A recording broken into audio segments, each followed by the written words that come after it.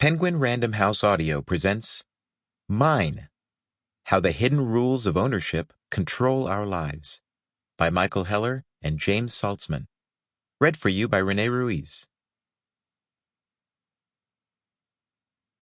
Introduction. Who gets what and why? Mine. This primal cry is one of the first words children learn. Toddlers in sandboxes shout it out during epic struggles over plastic buckets. For adults, the idea of ownership seems natural and beyond contest. You know what it means to own stuff, whether you're buying a new home or claiming the last slice of pie. Mine couldn't be simpler. But a lot of what you know about ownership is wrong. Once you understand how the rules actually work, you will see the drama taking place beneath our workaday concept of ownership. Governments, businesses, and ordinary people are constantly changing the rules on who gets what and why. Each of these choices creates winners and losers, and this has always been so. At its core, human society exists to help us deal with competing claims to scarce resources, whether food, water, gold, or sexual partners, so that we don't kill each other too often. Even the Garden of Eden story turns on ownership. God instructs Adam and Eve that the tree of knowledge and its fruit belong to God alone. It's mine. Don't touch. But the first people pluck the apple, they are evicted from the garden, and human history begins. Since then, ownership has been up for grabs. The Knee Defender. James Beach is a large guy, over 6 feet tall. On a United Airlines flight from Newark to Denver, after takeoff, the businessman lowered his tray table from the middle seat of row 12 and attached his knee defender. The knee defender is a simple plastic bracket available for $21.95 that clamps onto the metal tray table support and locks the seat in front. Its website claims the knee defender will stop reclining seats on airplanes so your knees won't have to. Assured of his workspace, Beach opened his laptop. The knee defender claims are real. When the passenger sitting in front of Beach tried to sit back, relax, and enjoy the flight, her seat didn't budge.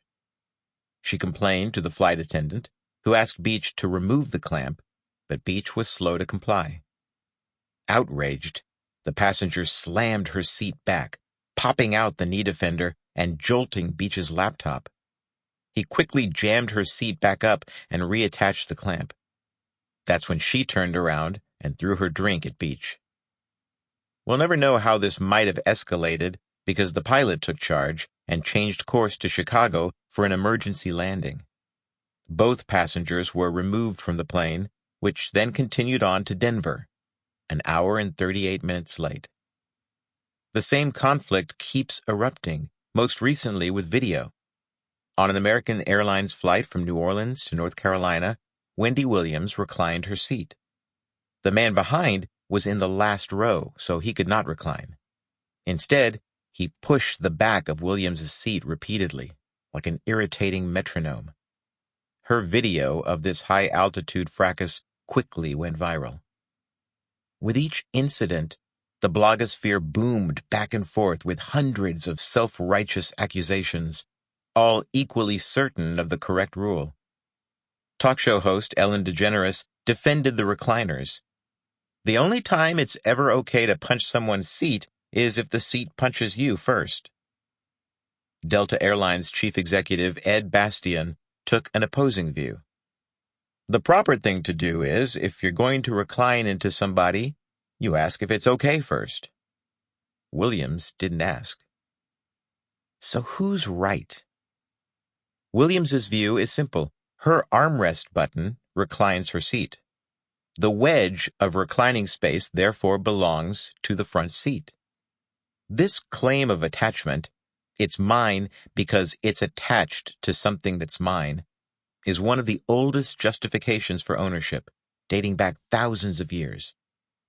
Beach was relying on a different attachment story, a maxim coined in medieval England that whoever owns the soil owns up to heaven and down to hell. He claimed dominion over the vertical column of space attached to his seat, straight up to the luggage compartment and down to the crumb-coated carpeting. When the seat in front intrudes into that column, it's a trespass, a jarring affront to good order. Attachment is the most pervasive ownership claim you've never heard of. It's why landowners in Texas can extract underground oil and gas, why farmers pumping groundwater are causing California's Central Valley to sink, and why Alaska can limit overfishing in the Bering Sea. Attachment translates two-dimensional boarding passes, land deeds, and territorial maps into three-dimensional control of scarce resources. But attachment is not the only ownership claim in play for Beach and Williams. At the beginning of every flight, all seats are in their full, upright, and locked position, as the flight attendant commands. At that moment, Beach had exclusive use of the space in front of him. He had first dibs on the wedge. First come, first served is another primitive and visceral basis for claiming mine. Kids assert it on the playground. Adults invoke it up in the air. And recall that Beach actually took physical possession of the wedge when he locked the knee defender in place and opened his laptop screen. As we hear so often, possession is 9/10 of the law. Air travel brings into sharp focus this clash of conflicting stories about ownership, attachment, first in time, and possession. When we ask audiences about the knee defender conflict, most respond with versions of, "It's obvious. There's nothing to debate here." But when we press further and ask for a show of hands, generally people are split between Williams and Beach, and both groups look at each other with incredulity. In a 2020 USA Today poll with 3,000 respondents, about half replied, "If it can recline, I'm reclining." And the other half said, "No, just don't do it." Everyone feels in the right, as did Williams and Beach. That's why Williams felt justified in posting her video, and Beach didn't hesitate to shove the seat forward. Don't mess with what's mine. Why are these conflicts breaking out now? There never used to be such rage around reclining. Until recently, airline seats had greater pitch, or space between seats, enough both for reclining and for lowering the tray table. No one thought to ask who controlled the wedge of space because it didn't much matter. But airlines have been shrinking the pitch, down from 35 inches not that long ago to about 31 inches today. On some planes, the pitch is just 28 inches. There's a lot at stake for the airlines. 1 inch of pitch saved per row can add up to 6 extra seats per flight to sell. To grow profits, airlines are squeezing ever more passengers inside a fixed steel tube. At the same time that people are growing bigger and tray tables have become precious computer stands. The stakes are high for passengers as well.